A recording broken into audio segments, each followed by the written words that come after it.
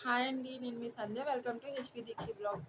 ఇవాళ టాపిక్ ఏంటంటే 1 ఇయర్‌లోపు బేబీ పిల్లలకి ఎలాంటి 5 ఫుడ్స్ ఇవ్వకూడదండి మెయిన్‌లీ. ఇంకా చాలా ఉన్నాయి అవి కూడా చెప్తాను.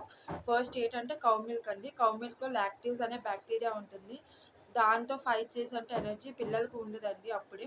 సో, కౌ మిల్క్ అనేది 1 ఇయర్‌లోపు ఇవ్వొద్దు. ఇంకోటి ఏంటంటే పచ్చి వెజిటబుల్స్ అండి. పచ్చి కాయగూరలు, క్యారెట్ ఇలా గట్టిగా ఉన్నవి ఇవ్వకండి. చోకింగ్ ప్రాబ్లమ్ వస్తుంది. గొంతులో ఇరుక్కునేది అలా అవుతుందని.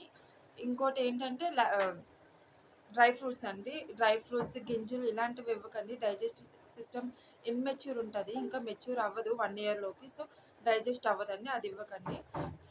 ఫోర్త్ ఏంటంటే పుల్లటివండి. బత్తాయ, ఆరెంజ్, నిమ్మకాయ ఇలాంటివి ఇవ్వొద్దు. ఎందుకంటే యాసిడ్ ఉంటుంది. సో, అది ఇవ్వకూడదు. ఇంకోటంటే తేనె అండి. క్లోస్ట్రిడియం బొట్యులిజం అనే బ్యాక్టీరియా ఉంటుంది.